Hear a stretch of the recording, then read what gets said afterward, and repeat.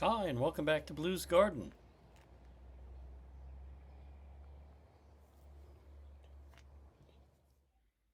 Are we outside? Are we finally outside? Kind of, I'm outside. I can't really get my tomatoes outside yet, but I am this week beginning the process of hardening them off.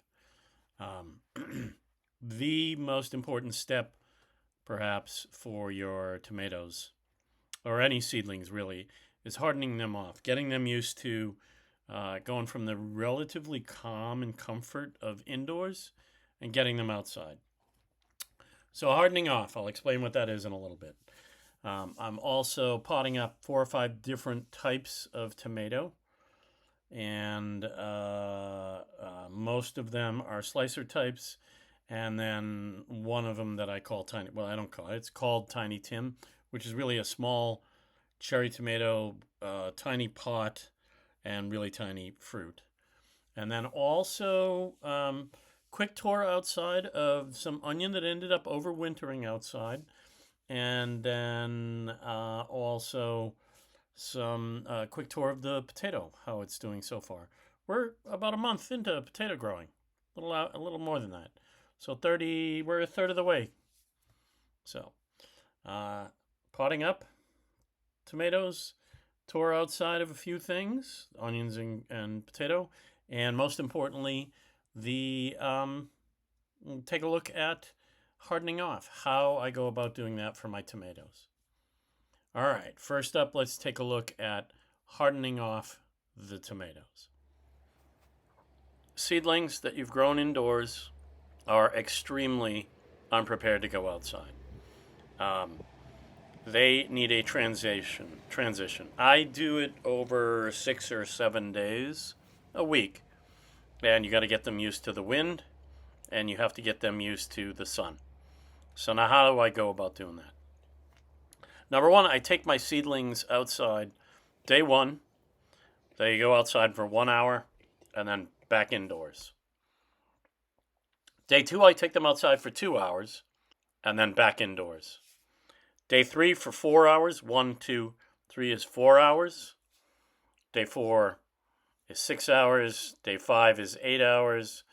Day six is 8 hours. The seventh day is overnight, and then they're ready to go in ground. Now, if you miss a day because it's pouring rain or something like that, go back to the last full day that you've completed. So, if you are growing from seedlings, get them outside for.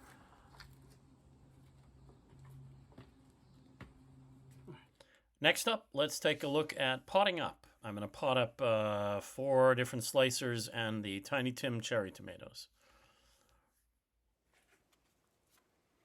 All right, first up of the tomatoes I'm potting up, pineapple tomato. These actually do have a little citrusy flavor, and I'm transitioning them from their 72 cell, 1 inch, to these 3.5 by 3.5s.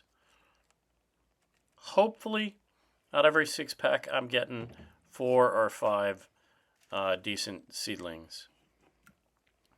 As you see, I put my potting mix in, and then I use the blunt end, the back handle of a screwdriver, and kind of make a hole. It's the perfect size for taking these little 1 inch seedling cubes and popping them in that little hole. And then I will fill in around, picking the best of the bunch. And even though some of them have 1 or 2, you'll see up here in the end, I will end up trimming out and thinning it out to one single one, best one of the bunch, most healthy. So label everything so I don't forget. I filled in around, push it down with my hand, and then it's good root contact. Label, label, label. Next up, mushroom basket, which is a heirloom.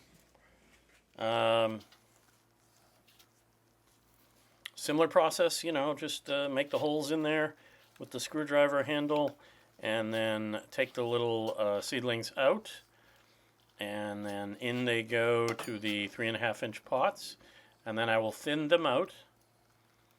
And only the strongest, healthiest seedlings will survive, and like I said, I will take some extra soil and tap it down around the potting soil and get some good contact, no air. And then, like I said, I only want one surviving, and then take the weakest ones and thin them out, cut them. Got to be ruthless. Label the mushroom basket.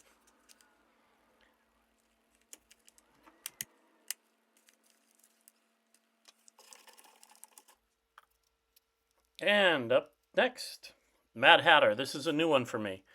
It is a decent size, not a huge, but a decent size slicer.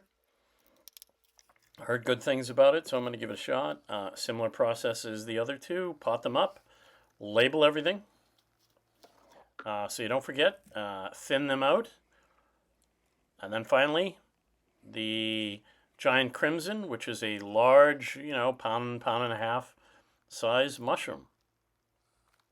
I've grown this 3-4 years now. Always happy with the results on the giant crimson. Again, make my hole with the screwdriver handle. I transport the little 1 inch out of the 72 cells. Push the soil down. Good root to soil contact. Plenty of contact. Label everything. All these different varieties, otherwise I'd lose them. And then black crim. Again, this is another heirloom that I've grown for years, and I will pot these up. Use the screwdriver handle. Use the back of the spoon to remove the little seedlings.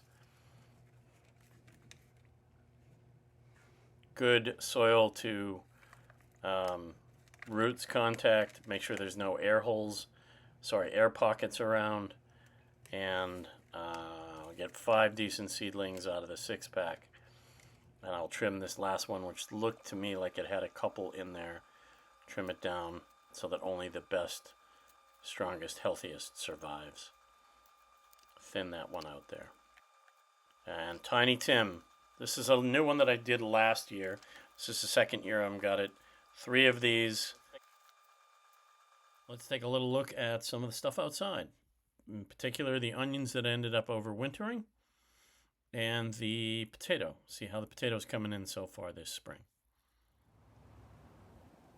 When I was a little kid, 4, 5, 6, 7 years old, somewhere around there, my dad planted this flowering cherry. So, potato. This first one is Adirondack Blue, Adirondack Red, in that top corner there. This one is the Sarpo Una. And I think this is a mix of a few. I don't, because there's no label there. I think that's a surprise of maybe 3 or 4 different seed potato that I had left over, and I don't really remember what I put in that one. Over here I've got 2 Yukon Golds going. I did not get a video of the sweet potato or the other dark red Norland, and this is some seedlings for the lettuce.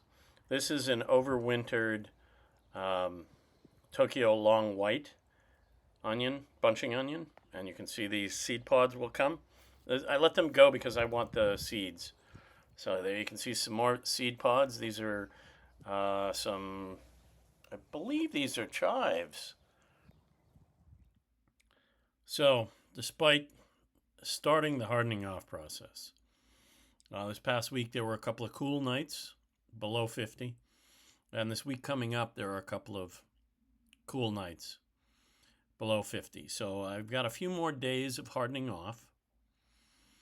And then I should be ready to put things in their final growing place. Let me rephrase that. Will it ever be spring, or will we go right from spring into summer? Winter into summer, 2 days of spring? We'll see. So, I appreciate you guys if you've made it this far. The like I said before, the most complex part about growing is making or growing from seed is making sure your seedlings can do well outside. I beg you not to skip the hardening off process. You don't want to sunburn your seedlings, not after spending weeks growing them from nothing. Um, Take it easy, take it slow. Patience is the most important when you are growing your seedlings before you get them outside to transplant. Harden them off to the sun and the wind and the conditions outside. Harden them off. That's all I can recommend. Thank you very much for watching. Uh, if you like this, please like, share, and subscribe. That all helps me grow, and that all helps you grow. Thank you very much.